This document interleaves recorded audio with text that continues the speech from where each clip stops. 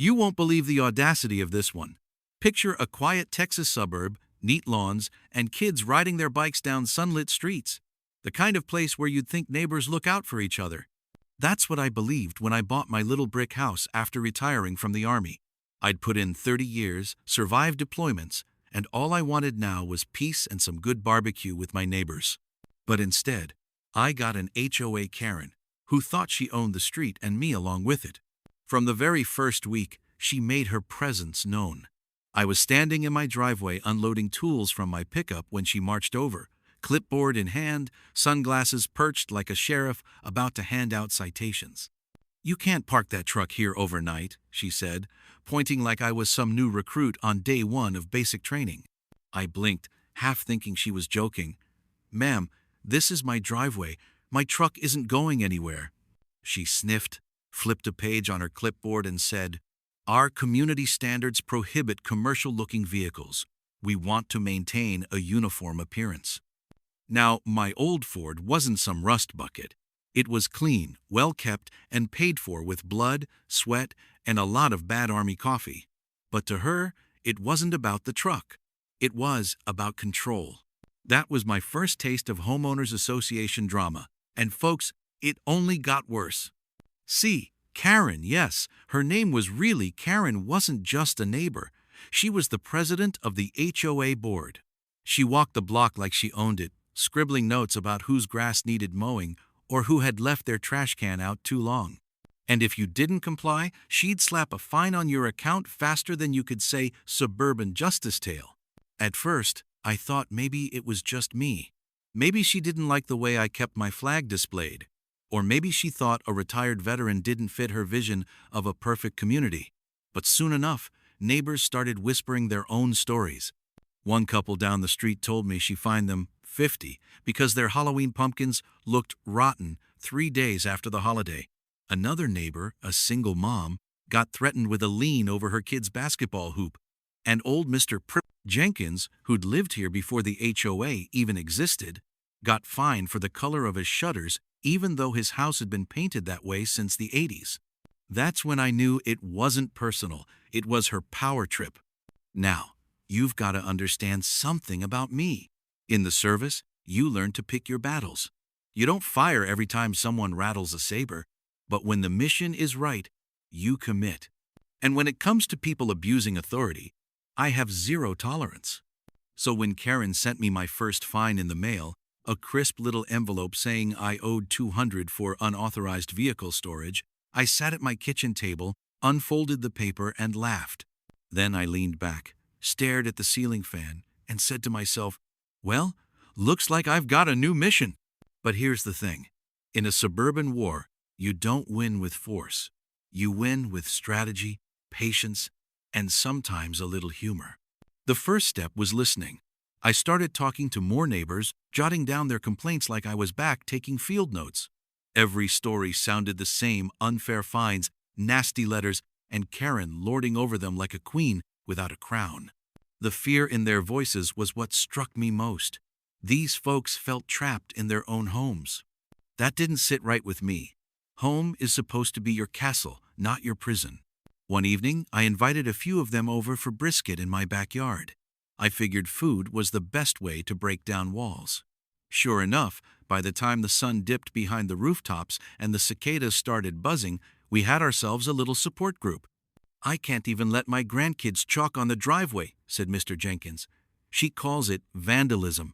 "She fined me for leaving my Christmas lights up 2 days past New Year's," said the single mom. "I was sick with the flu."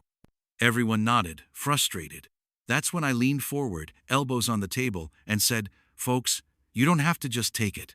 There are ways to fight back and win." They looked at me like I'd just promised a miracle, and in a way, I had.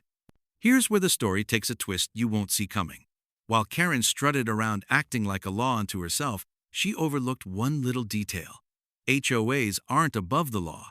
In fact, most of their power crumbles the second someone actually calls their bluff with real legal knowledge. I knew I couldn't just storm into the next board meeting and shout her down. No, this needed to be slow burn, calculated, the kind of plan that makes the villain trap themselves in their own web. So I began my research. Late nights, coffee brewing, laptop glowing, I pored over our HOA bylaws, Texas state property codes, and even some court cases about HOA lawsuit success stories. And boy, did I find some gold. Turns out, Karen had been issuing fines without following proper procedure. State law required written warnings and a chance to appeal before any fines could stick. She wasn't doing that. She was just mailing out invoices like she was the IRS. And there was more. Her commercial vehicle rule? It wasn't even in the official bylaws, it was a guideline she'd slipped into the HOA newsletter, hoping no one would notice. That was the moment I realized I had her. But I couldn't act too fast. I needed evidence, witnesses, and neighbors willing to stand up. So I set the trap. At the next board meeting, I walked in with my folder tucked under my arm. Karen gave me that smirk she always wore, the kind that says, "I'm untouchable." "Mr. Harris," she said, her tone dripping with false politeness, "I trust you received your fine notice?" I smiled. "Oh, I received it all right. And I've got a few questions about how exactly you think this HOA operates." The room went quiet. Neighbors shifted in their seats. Karen blinked, clearly not used to being challenged. "What do you mean?" she asked. I set the folder on the table, flipped it open, and began reading aloud word for word the sections of state law she was violating. By the time I finished, her face was pale, her hands trembling just a little. And then, in a moment I'll never forget, she snapped. "You don't understand how hard it is to keep this neighborhood in order," she shouted, slamming her clipboard down. "Without me, this place would fall apart." That outburst was the beginning of her unraveling, because what she didn't realize was that I wasn't alone anymore. Half the neighborhood was watching, and every word out of her mouth was fuel for the fire. Now, I won't spoil everything just yet, but let's just say, the deeper I dug, the more skeletons I found in Karen's HOA closet. And when the truth finally came out, her empire of fines and fear would crumble in the most poetic way imaginable. So let me ask you this. If you were sitting in that meeting, watching the HOA queen lose her cool in front of everyone, what would you be thinking? Would you be cheering me on, or would you be wondering just how far she'd go to hold on to her power? Because trust me, this story's only just getting started. The next day after that board meeting, word spread through the neighborhood like wildfire. Folks I'd barely spoken to before were stopping me at the mailbox or waving me down while I was walking my dog. "Did you really call her out with the state laws?" asked a young dad from 3 doors down. "Sure did," I said, grinning. He chuckled and shook his head. "Man, I wish I had your guts. She's been on me for months about my fence being too high." It was like the neighborhood had been waiting for someone to stand up, and now that the dam had cracked, people were ready to let their stories spill. That week, my little brick house turned into a kind of unofficial headquarters. Neighbors came by with copies of their fine notices, complaint letters, even photographs of their so-called violations. I laid it all out on my dining table like a battle map. One thing became clear fast. Karen's reign wasn't just petty, it was sloppy. She'd been skipping procedures, making up rules, and in some cases, fining people for things completely outside the HOA's jurisdiction. The more evidence I gathered, the more I realized we weren't just fighting a bully, we were building a case. And if you've ever wondered about tips to beat HOA fines, I'll tell you, documentation is your best weapon. Dates, copies, and witnesses. Karen thought homeowners would just pay up quietly. She never expected someone to keep receipts. Of course, when someone like her senses their control slipping, they don't just back down, they double down. A few nights after that board meeting, I found a bright yellow notice taped to my front door. Final warning. Unauthorized vehicle. Daily fines accruing until removed. I actually laughed out loud. She really thought she could intimidate me by taping threats to my own door? But then I noticed something else. My American flag, the one I'd flown proudly since the day I moved in, was missing from its holder on the porch. At first, I thought maybe the wind had taken it. But when I checked my side yard camera, there she was, plain as day. Karen, in her joggers and visor, yanking it down in the dead of night. That's when my anger turned into something colder, sharper. It wasn't about me anymore. She was willing to cross lines, disrespect property, and tear down symbols that meant something deep. I saved the footage, of course. And let me tell you, if you've ever dealt with HOA Karen meltdowns, you know there's nothing more powerful than catching them red-handed. The next twist came faster than I expected. Karen called for an emergency HOA board meeting. Word went out that she planned to restore order after what she called disruptive behavior at the last session. Now, if you're imagining some grand hall, picture instead a fluorescent-lit community room at the rec center, with a folding table up front and mismatched chairs for residents. It smelled faintly of old coffee and carpet cleaner. When I walked in, the air was already electric. Dozens of neighbors had shown up, more than I'd ever seen before. Some carried binders, others clutched envelopes of letters they'd received from Karen. Karen sat at the front table, clipboard in hand like always, lips pursed so tight they looked like they'd been stapled shut. "Order!" she barked as people settled in. "We are here tonight because certain individuals have been spreading misinformation about this board's authority." I felt the room shift. All eyes flicked toward me. I didn't flinch. She rattled on about community standards and protecting property values, her voice rising with every sentence. Finally, she pointed straight at me. "Mr. Harris, you have been in direct violation of our covenants. You owe fines totaling $600. Failure to pay will result in a lien on your home." A hush fell. I stood slowly, my folder under my arm again. But this time, I wasn't alone. Mr. Jenkins stood too, then the single mom, then 3 more neighbors. It was like dominoes. I took a breath and said, "Karen, not only are you wrong about me, you're breaking the law. And I've got proof." Murmurs rippled through the crowd. I pulled out the printed state codes, highlighted sections glowing yellow under the rec center's harsh lights. I laid out how fines must be preceded by written warnings, how homeowners are entitled to hearings, and how unauthorized rules carry no weight. Then I pulled up my phone and tapped play. The footage of Karen ripping down my flag filled the silence with gasps. Her face turned the color of overripe tomatoes.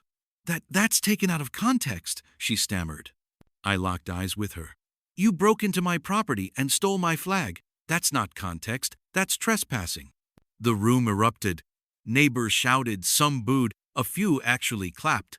Karen slammed her clipboard down and demanded silence, but it was too late. The spell was broken. Still, she tried to regain ground.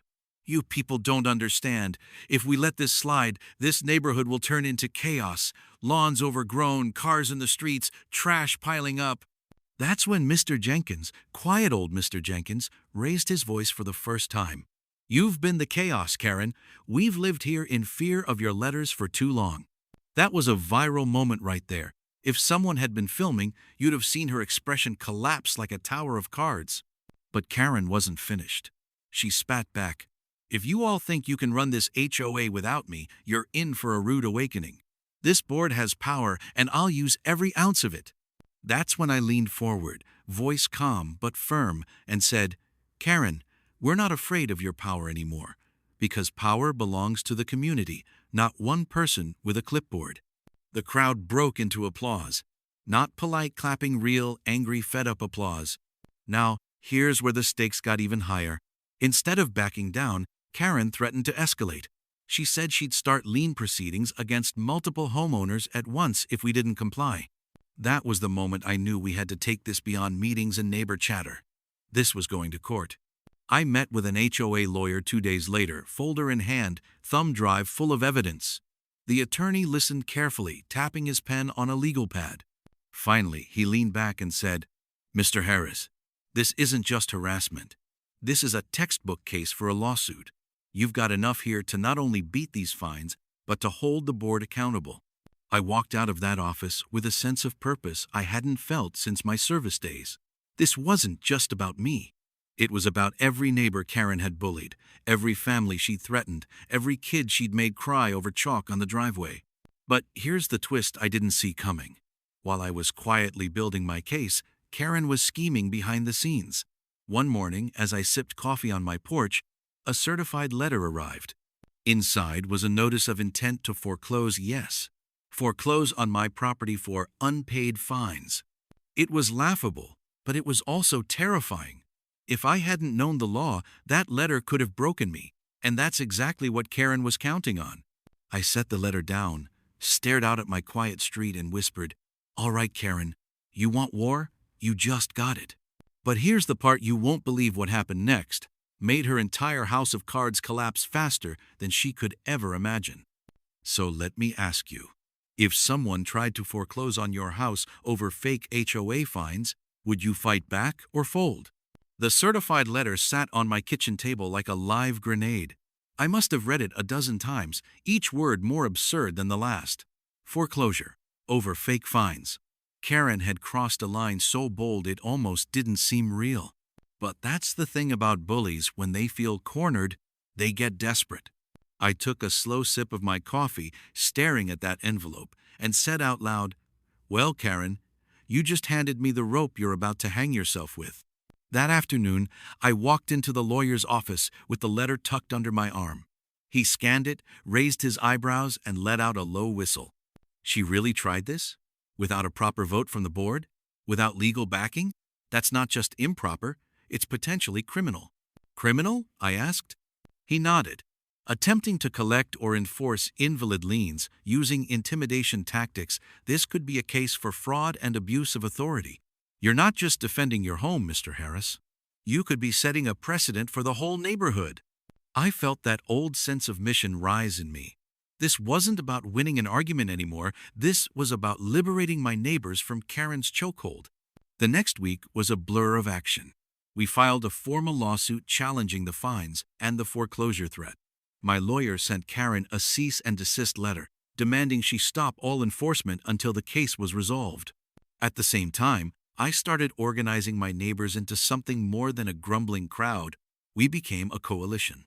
We called ourselves the Fair Oaks Neighbors, after the subdivision's official name.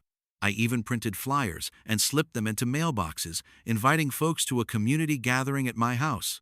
By the time Friday evening rolled around, my backyard was packed with lawn chairs, coolers, and families who'd lived too long under fear. Should HOAs even have this kind of power? I asked the crowd, letting my voice carry. I want a show of hands. How many of you have been fined unfairly? Dozens of hands shot up. Even the shy couple from the corner lot raised theirs, clutching each other's arms like they couldn't believe they weren't alone anymore. The energy that night was electric. People were frustrated, yes, but they were also hopeful. They wanted suburban justice tales like the ones you hear online, where the underdog finally wins. And that's when we started planning. Not just to fight back legally, but to remove Karen and her cronies from the board entirely. Now, if you've never dealt with HOA elections, let me tell you they're tricky. The rules are buried in fine print, often designed to keep the same people in power. But with the help of my lawyer and some good old-fashioned digging, I found a clause in the bylaws that allowed for a special recall election if a majority of homeowners signed a petition. That was our golden ticket. For the next month, I went door to door, clipboard in hand. Some folks were hesitant, afraid of retaliation. But when I showed them the foreclosure letter and the video of Karen stealing my flag, their hesitation melted into anger. Signature by signature, we built momentum. Of course, Karen caught wind of what we were doing, and she didn't take it quietly. One afternoon, as I was stapling a notice about our petition drive to the community bulletin board, she stormed up in her usual visor and sneakers, yanking it down before I even let go. "You're undermining the integrity of this neighborhood," she hissed. I kept my voice calm. "No, Karen, I'm restoring it." Her face flushed. "You think you're some kind of hero? You're just a troublemaker trying to tear apart everything I've built." I looked her dead in the eye. "This neighborhood doesn't belong to you. It belongs to the people who live here, and they're tired of your nonsense." Neighbors had gathered by then, watching, whispering. Karen stomped away, muttering threats about legal consequences, but the truth was clear: she was losing her grip. The petition signatures piled up faster than I expected. Within 3 weeks, we had enough to trigger the recall. My lawyer submitted the paperwork, and the HOA had no choice but to schedule a special election. That's when Karen played her dirtiest card yet. The morning after the election date was announced, I woke up to find my truck, my old, faithful Ford, had been vandalized. Deep scratches across the hood, tires slashed, and a note tucked under the wiper blade. "Commercial vehicles don't belong here." I clenched the note in my fist, staring at the damage. My blood boiled, but I forced myself to breathe. Reaction was what she wanted. Proof was what I needed. Thankfully, my security cameras caught everything. The footage showed Karen's closest ally on the board, a man named Steve, who liked to strut around pretending he was her enforcer, slinking around my driveway in the middle of the night. This was the smoking gun. I called the police, filed a report, and handed over the footage. Steve was arrested within the week for vandalism and trespassing. And just like that, Karen's carefully constructed image of being the protector of the neighborhood crumbled even further. But she still wasn't done. The night before the recall election, an anonymous flyer appeared on everyone's doorstep. It was a smear campaign against me, claiming I was a dangerous radical, that I wanted to destroy property values, that I had a history of violence. I read it, shook my head, and laughed. This is the best she's got? But not everyone laughed. Some neighbors looked shaken, unsure of what to believe. That's when I made a bold move. I filmed a short video in my living room, holding up the flyer. "Neighbors, this is fear talking," I said into the camera. "This is what bullies do when they know they've lost. They spread lies. But the truth doesn't need to hide. You've seen me. You've shared meals in my backyard. You know who I am. Tomorrow, you have a choice. Not just about me, but about whether this neighborhood is ruled by fear or by fairness." I posted the video to our community Facebook group. Within hours, it had dozens of shares and supportive comments. Folks started posting their own stories, exposing Karen's years of harassment. The tide had turned. Election night came, and the community center was packed. People lined up, ballots in hand, buzzing with anticipation. Karen sat at the front like a queen trying to hold court, her smile brittle and forced. When the votes were counted, the room went dead silent. Then the HOA secretary cleared her throat and announced, "By a majority vote, Karen and 2 board members have been removed from their positions." The place erupted. Cheers, hugs, even a few tears. I'll never forget the look on Karen's face, that mix of rage and disbelief, like someone had pulled the crown off her head in front of the whole kingdom. But before you think the story ends there, let me tell you, Karen wasn't going to go quietly. She stood, pointed at me across the room and shouted, "This isn't over. I'll sue every single one of you." The room gasped. I just stood there, calm as ever, and said, "Karen, I look forward to seeing you in court." The weeks after the recall election were strange. The air in Fair Oaks felt lighter, like someone had finally opened a window in a musty room. Neighbors smiled more, waved more. Kids actually played outside without parents nervously glancing down the street for Karen's clipboard. But Karen herself? She wasn't gone, not by a long shot. She still lived 2 houses over, and every morning I'd see her pacing her driveway, phone to her ear, whispering sharp little conversations I could only guess were with lawyers. At night, her blinds glowed as if she was plotting by lamplight, determined to claw her way back into control. And then the lawsuits started. The first came to me, personally. A thick packet delivered by a process server. Defamation of character, loss of reputation, emotional distress. She wanted damages in the tens of thousands. I remember sitting at my kitchen table reading the complaint while the coffee went cold. "Emotional distress," I muttered. "Lady, you've been distressing this whole neighborhood for years." But I didn't panic. My lawyer had warned me this was coming. "Bullies like her often file frivolous lawsuits to scare people into submission," he'd said. "The key is not to flinch." The second lawsuit hit a week later, this time against the HOA itself, claiming the recall election was illegal. By the third week, she'd filed complaints with the county property office, the state attorney general, and even the local news. She wanted chaos. She wanted us exhausted. She wanted to scare us back into line. Instead, she lit the fuse that blew her whole operation apart. Because here's the twist. When Karen dragged us into court, she didn't realize discovery works both ways. My lawyer filed motions demanding access to HOA financial records under her tenure. Bank statements, receipts, budgets, the whole lot. And when those records came in, it was like opening a box of fireworks. Turns out, Karen had been dipping into HOA funds for years. Not huge amounts at first, $200 here for office supplies, $500 there for beautification projects. But then the numbers started growing. thousands marked as community improvement that never happened, payments to contractors who didn't exist, even a charge for a leadership conference in Las Vegas that looked suspiciously like a personal vacation. The paper trail painted a picture clear as day. Karen hadn't just been bossy, she'd been stealing. When my lawyer laid it all out on his desk, he looked at me with something between shock and amusement. "Mr. Harris, this isn't just a civil matter anymore. This could be criminal embezzlement." I leaned back in my chair, whistling low. Guess we just found our ace. But we couldn't play it too soon. Timing mattered. So while Karen strutted around claiming she was the victim of a witch hunt, we quietly built the strongest case possible. Witness statements, financial experts, even old board members willing to testify they'd never approved half those expenditures. Meanwhile, the neighborhood kept rallying. The Fair Oaks Neighbors Group had grown into something real. We held barbecues, organized yard sales, even started planning a block party, things that had been impossible under Karen's watch. People kept thanking me, calling me a hero, but I always shook my head. "I'm just one guy with a folder and a stubborn streak," I'd say. "The real power's in all of us standing together."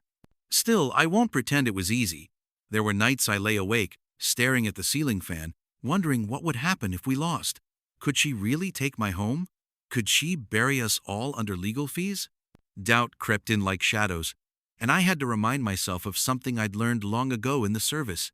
Fear only wins if you let it. The court date finally arrived on a sweltering August morning. The courthouse was an old stone building downtown, its steps worn smooth by decades of boots and shoes. I walked up those steps with my lawyer at my side, tie pulled tight, folder under my arm like it was my rifle. Inside, the courtroom buzzed with quiet anticipation. Karen sat at the plaintiff's table, dressed in a sharp navy suit, hair sprayed into a helmet, lips curled in that familiar smirk. She had a lawyer too, a slick type with shiny shoes and too much cologne. When she saw me take my seat, she leaned over and whispered something to her attorney, then shot me a glare sharp enough to cut glass. I just smiled back, calm, steady. The judge entered. The bailiff called the session to order, and just like that, the battle began. Karen's lawyer went first, painting her as a misunderstood volunteer leader who had given years of service to the community only to be maliciously slandered by an ungrateful homeowner. He spoke about her reputation, her commitment, her sleepless nights keeping the neighborhood safe. I almost laughed. Safe from what? Basketball hoops and chalk drawings? When it was our turn, my lawyer stood tall and clear-voiced. "Your Honor, this case is not about reputation. It is about abuse of power. It is about a homeowners association president who overstepped her legal authority, violated state law, and used her position to harass and intimidate residents." He laid out the evidence, the fines issued without due process, the foreclosure threat, the vandalism tied to her ally. Then he paused, hand on the stack of financial records. "And, most importantly, Your Honor, it is about the misappropriation of HOA funds for personal use." The courtroom murmured. Karen's face blanched. "Objection," her lawyer barked. "Irrelevant to the claims at hand."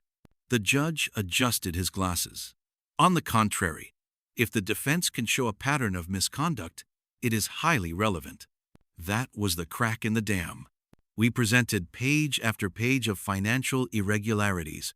Every missing receipt, every phantom contractor, every suspicious expense. We brought in a forensic accountant who testified line by line how funds had been siphoned for personal gain. And then came the bombshell. One of Karen's former board allies, who'd quietly resigned months earlier, took the stand. Under oath, he admitted that Karen had pressured him to sign blank checks, promising she'd handle the details. The look on her face in that moment, eyes wide, jaw clenched, panic flickering just beneath the surface. That was the kind of HOA Karen meltdown you don't forget. But the real climax hadn't even hit yet, because just as Karen's lawyer scrambled to salvage the case, my attorney pulled out a final piece of evidence. It was a bank statement showing a $7,200 charge to a resort in Cabo San Lucas. The line item? HOA Community Relations Conference. The courtroom went dead silent. "Ms. Whitfield," my lawyer said, turning to her directly, Can you explain how a trip to Mexico was necessary for the governance of a Texas suburb? Her mouth opened, closed, opened again. No words came out. The judge leaned forward. Miss Whitfield, I suggest you answer the question. Karen stammered. I was networking. It was for the community's benefit. The gallery burst into laughter before the judge banged his gavel for silence. I woke up that morning with a strange mix of dread and resolve. The HOA's hearing was scheduled for that evening, and it felt like the build-up to a battle. Only, unlike the battles of my army days, this one wasn't fought with rifles or in the dust of foreign fields. It was fought with paperwork, patience, and the truth. I brewed my coffee stronger than usual and sat at the dining table, papers spread across like a battlefield map, photos of my driveway, time-stamped video clips, copies of the HOA bylaws, and my own neatly typed statement. I'd been trained to prepare before stepping into any fight, and old habits don't fade. Still, I couldn't shake the knot in my stomach. You're not afraid of Karen, I told myself quietly, almost like a drill sergeant in my head. You're afraid of the game she plays. By mid-morning, a knock came at the door. It was Linda, carrying a small tin of homemade cookies. Thought you could use these today, she said with a warm smile. Linda, you're a saint, I replied, chuckling despite the nerves. Her face grew serious as she sat at my kitchen table. George, I don't want you to face them alone tonight. A few of us are coming to the hearing. We've had enough of her nonsense too. That caught me off guard. You mean you'd actually speak up? Linda nodded firmly. Absolutely. It's not just about you. It's about all of us. Karen bullies people one by one, but when we stand together, she loses her power. Hearing that made something in me shift. For the first time since this mess began, I felt less like a lone soldier and more like part of a unit again. A community. The day dragged on, every tick of the clock reminding me of what was coming. I walked the neighborhood that afternoon, more to burn off nerves than anything else, and caught quiet nods of support from neighbors who'd usually kept to themselves. It was subtle, but it meant the world. As the sun dipped low, I put on a clean button-up shirt, polished my old army ring, and grabbed the folder of evidence. Walking to the community center where the hearing was held felt like marching toward a front line. The room was packed when I arrived. The HOA board sat at the long table up front, Karen perched dead center with that smug smirk plastered on her face. She looked at me like she'd already won. My blood boiled, but I forced myself to stay calm. Mr. Carter, the HOA president, a man named Greg, said as I took a seat, "We're here to discuss the violations you've accumulated." Karen leaned forward, papers in hand. Yes, multiple violations. Parking illegally, blocking community access, and disturbing the neighborhood with unsightly behavior. I almost laughed at how dramatic she made it sound, but I held it in. Before we begin, I said, my voice steady, I'd like to submit documented evidence. I placed the folder on the table, opening it slowly for effect. Photos, videos, timestamps, all carefully lined up. This, I continued, shows that I parked well within the rules, that my driveway is not blocked, and that the so-called violations are, in fact, fabricated. Karen's face twitched ever so slightly, but she leaned back with her arms crossed. Greg frowned, flipping through the papers. The room grew tense. Then a voice spoke up from the back. He's telling the truth. I turned, surprised. It was Linda, standing tall with 3 other neighbors beside her. We've seen Karen targeting George. She patrols the street like it's her personal kingdom. This isn't about rules, it's about control. The board looked stunned. Karen snapped, "This is irrelevant. Neighbors' opinions don't override the bylaws." But Linda didn't back down. Opinions? We've got recordings. Proof that Karen selectively enforces rules. She ignores violations from her friends but goes after those she doesn't like. We're done staying quiet. That hit the room like a thunderclap. The board members exchanged uneasy glances. Karen's smirk faltered for the first time. I felt a wave of strength flood through me, not just from my evidence, but from the voices now standing beside me. For the first time, Karen didn't look untouchable. She looked cornered. The president cleared his throat. "We'll need to review all this thoroughly before rendering a decision." But I could see it, the tide had turned. As I walked out that night, Linda patted my shoulder. Told you, George. One man can make noise, but a group? We make change. I couldn't stop smiling. The fight wasn't over, but for the first time it felt winnable. And deep down, I knew Karen had just felt the first crack in her iron grip on this neighborhood. The next morning, I felt lighter than I had in weeks. Last night's hearing replayed in my head like a victory march. For the first time, Karen had been forced to sit there and watch her lies unravel. But my optimism didn't last long. Around 9 a.m., I heard the sharp screech of tires outside. I opened my blinds just in time to see a bright orange violation notice taped to my mailbox. Big, bold letters screamed across the page. Final warning. Property lien in process. My gut clenched. A lien? That meant they were threatening to take legal action on my house over fabricated violations. It wasn't just harassment anymore. This was Karen playing her biggest card yet. I stormed outside, yanking the notice off the mailbox. My neighbor Tom, a quiet Vietnam vet who rarely said more than a few words, shuffled over from across the street. "George," he said gruffly, "she's gone too far." "You saw her put this up?" I asked. Tom nodded. "She drove around at dawn, plastering the whole block. You're not the only one she's targeting now." I looked down the street and my heart sank. Almost every other house had one of those orange notices pinned to the mailbox. Lien threats. A blanket attack. By mid-morning, the neighborhood was buzzing. People were outside in small groups, waving the papers angrily, muttering under their breath. For years, Karen had picked us off one by one. But this was different. This was everyone at once. Linda showed up at my door, clutching her notice. Her face was pale, but her eyes burned with fury. "She's overplayed her hand, George. This is how we end her." "What do you mean?" I asked. Linda held up a folder thick with papers.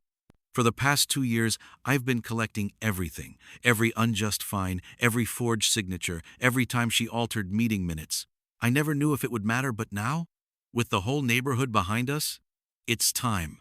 We spread her evidence across my kitchen table, side by side with my own. What I saw chilled me. Altered financial records, duplicate charges, even HOA funds being funneled into special projects with no receipts. Karen wasn't just a bully. She was embezzling. By evening, the neighborhood gathered in my backyard, chairs pulled into a loose circle. For once, people weren't whispering in fear, they were speaking out loud. "This lien threat is illegal," Tom growled. "She's been pocketing money," another neighbor added. "We can't let her do this anymore." I stood, looking around at the faces. Men and women I'd lived beside for years, who'd stayed silent under Karen's rule, were finally ready to fight. "This is no longer about me," I said firmly. "It's about every one of us. We've got evidence, we've got witnesses, and if Karen wants to take us to court, fine. Let's take her there first." The group erupted in agreement. For the first time, the neighborhood wasn't divided by fear, it was united by anger. But even as I spoke, I knew Karen wasn't finished. The smirk on her face at the last hearing wasn't just arrogance, it was calculation. She had cards left to play. And I had the sinking feeling she was about to use them. Karen didn't waste time striking back. 2 days after the neighborhood meeting, a thick envelope arrived at my door. The return address made my stomach twist. Law Offices of Myers, Klein. I tore it open and read the letter. It was full of legal jargon, but the message was clear. Cease your slander against the HOA president or face a defamation lawsuit. It was signed in heavy black ink by Karen's personal attorney. I felt my pulse quicken. She was trying to scare us into silence. I almost crumpled the letter in frustration, but then I heard footsteps on my porch. It was Linda, holding her own envelope, same letter, same threat. And behind her, 3 more neighbors arrived, clutching their copies. Karen hadn't just come after me, she'd come after all of us. Instead of breaking our resolve, it lit a fire. We gathered again that night in my living room, papers spread across every inch of the table. Tom slammed his copy of the letter down. "She thinks we'll scatter. She doesn't realize this is what makes us stronger." Linda smiled grimly. "I called my cousin today. She's a paralegal. She said what Karen's doing could actually be considered harassment, maybe even abuse of power." That word harassment hit me like a spark. For years, Karen had ruled with intimidation, fines, and threats, but now we had proof, we had witnesses, and we had courage. So we voted. Right there in my living room. It wasn't official yet, but it was the first step. We would file a collective lawsuit against Karen and the HOA board she controlled. It was risky. It was expensive. And it would put us in direct conflict with a woman who had proven she'd stop at nothing to win. But as I looked around the room, at the neighbors who were finally standing tall, I knew it was the right choice. This wasn't just a legal fight anymore. It was personal. Karen had underestimated us, and that was going to be her downfall. If you were in my shoes facing a powerful HOA president with a lawyer at her side, would you back down quietly, or would you risk everything to fight for what's right? Let me know in the comments what you would do. And don't forget to hit the like button if you believe bullies like Karen always deserve to be challenged. The day we filed the lawsuit was the day Karen's mask truly slipped. We had pooled our money, hired an attorney who specialized in HOA abuse cases, and walked into the county clerk's office together, 10 neighbors, side by side. The clerk raised her eyebrows as we slid the thick stack of paperwork across the counter. When Karen was served with the notice of lawsuit 2 days later, the neighborhood felt like it was holding its breath. For once, she wasn't strutting around barking orders. Instead, she drove by slowly, glaring at houses, her jaw tight, her knuckles white on the steering wheel. But then she struck back harder than ever. The next HOA meeting was chaos. Karen sat at the front table, flanked by 2 board members who looked just as nervous as we felt. Her lawyer sat beside her, a sleek man in a dark suit with a smirk that reminded me of a snake sizing up its prey. "Let the record show," Karen began, "that this so-called lawsuit is a baseless attack, orchestrated by a few disgruntled residents who refuse to follow community standards." She waved her hand, and the lawyer slid forward a thick binder. "We have documented violations against each of these individuals, fines, infractions, repeated warnings. This lawsuit will not stand. In fact, we will be seeking damages." The room erupted. Neighbors shouted, some in fear, some in anger. Tom stood up, his voice booming over the chaos. "You've stolen from this community for years, Karen. We're not afraid of you anymore." Karen's eyes narrowed. For the first time, her composure cracked. Her voice rose shrill, trembling with fury. "You'll regret this, all of you. I own this neighborhood." But she was wrong, because for the first time, the entire room stood against her. Even a few board members shifted uncomfortably in their seats, realizing they might have hitched their wagon to the wrong star. As I looked around at the faces of my neighbors, I knew the tide was turning. We had woken up. We weren't victims anymore. We were fighters. Karen had her lawyer, her threats, her binder of trumped-up violations. But we had truth. And truth has a way of cutting deeper than fear ever could. Have you ever seen someone in power try to crush others with intimidation, and did it make you more afraid or more determined to stand your ground? Share your story in the comments. I'd love to hear how you handled it. And if you believe truth always wins over lies, hit that subscribe button to follow the rest of this battle. The courtroom smelled faintly of coffee and polished wood, that mix of nerves and tradition that always seems to hang in the air when ordinary folks come face to face with the law. I sat at the plaintiff's table with my lawyer, a calm, sharp woman named Sandra, who had the kind of presence that said she'd seen every trick in the book. Across from us sat Karen and her HOA board members, each of them stiff-backed, trying to look more confident than they really were. Karen clutched a binder so tightly her knuckles were pale, as though that stack of papers might shield her from what was about to unfold. The judge entered, and the room settled into silence. My heart pounded, but it wasn't fear. It was anticipation. Months of frustration, fines, and harassment had led here, to this moment. I wasn't just fighting for me anymore.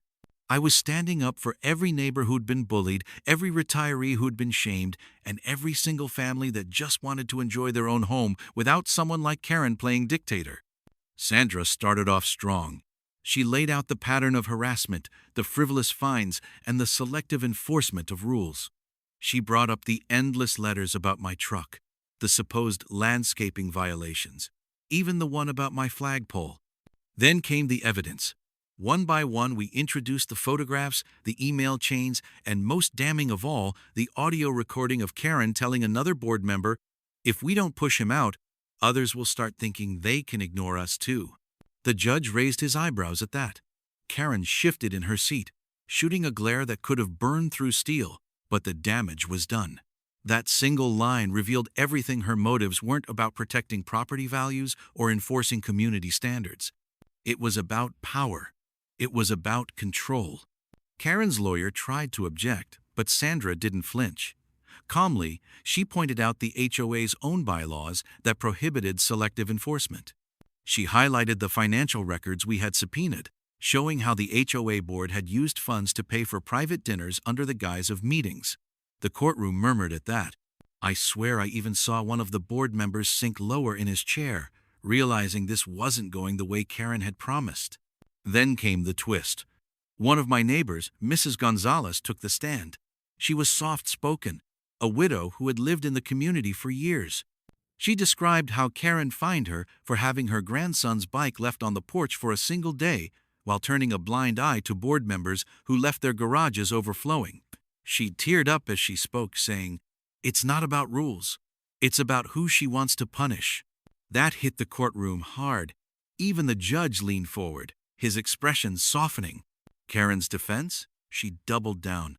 She claimed the board acted in the best interests of the community and accused me of stirring up dissent.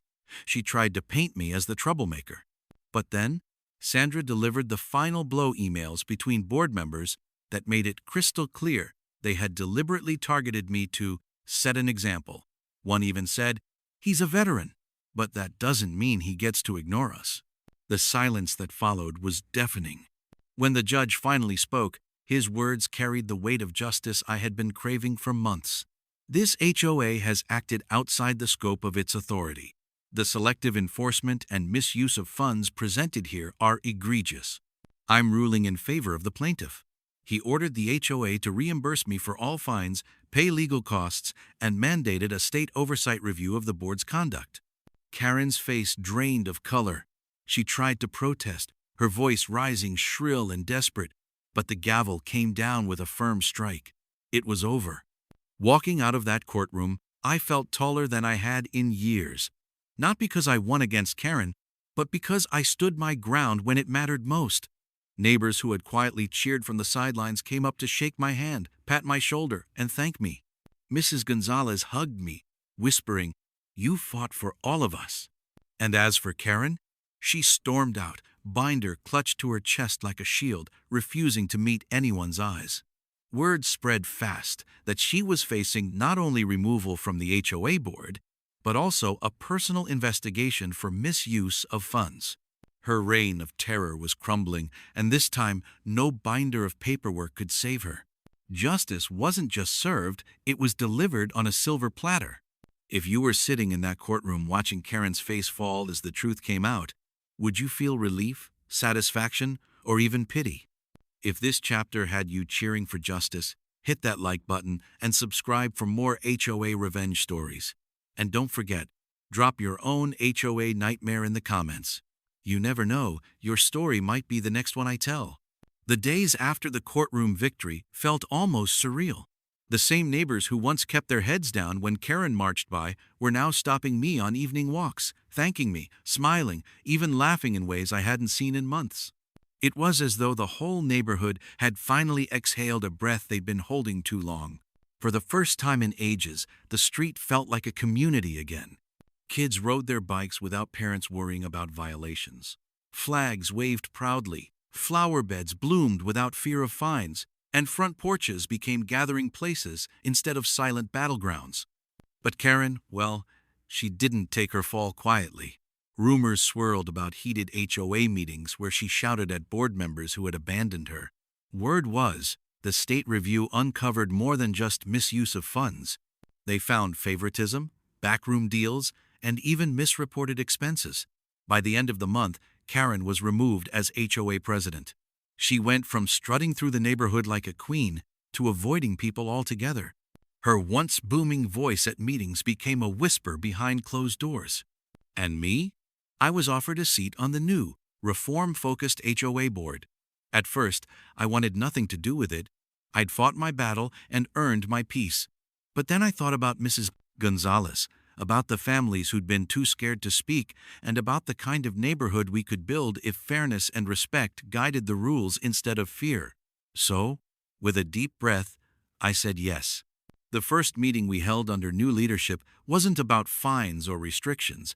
It was about restoring trust. Neighbors showed up with ideas, laughter, even homemade cookies. It felt less like a courtroom and more like a family reunion. For the first time, we weren't living under Karen's shadow, we were living as neighbors again. Still, I'll admit there were moments I thought back to her. I'd catch sight of her closing her blinds as I walked by, or hear her muttering when she passed someone's yard that didn't meet her standards. But those moments reminded me of something powerful. Control only lasts as long as people give it to you. When good folks stand together, even the loudest voice loses its echo. As the sun set one evening, I sat on my porch with a glass of iced tea, the air buzzing with kids' laughter and the scent of barbecues firing up. For once, there was no tension, no battle waiting on the horizon. Just peace. Hard-earned peace. I looked up at my old flagpole, the same one Karen had tried to take from me, and felt a swell of pride. Not just for the flag, but for what it stood for. Resilience, fairness, and the courage to fight back when it counts. The truth is, Karen thought she owned the street, but all she ever held was fear. And once fear was gone, she had nothing left. Have you ever seen a bully lose their grip? And did it feel more like justice or freedom?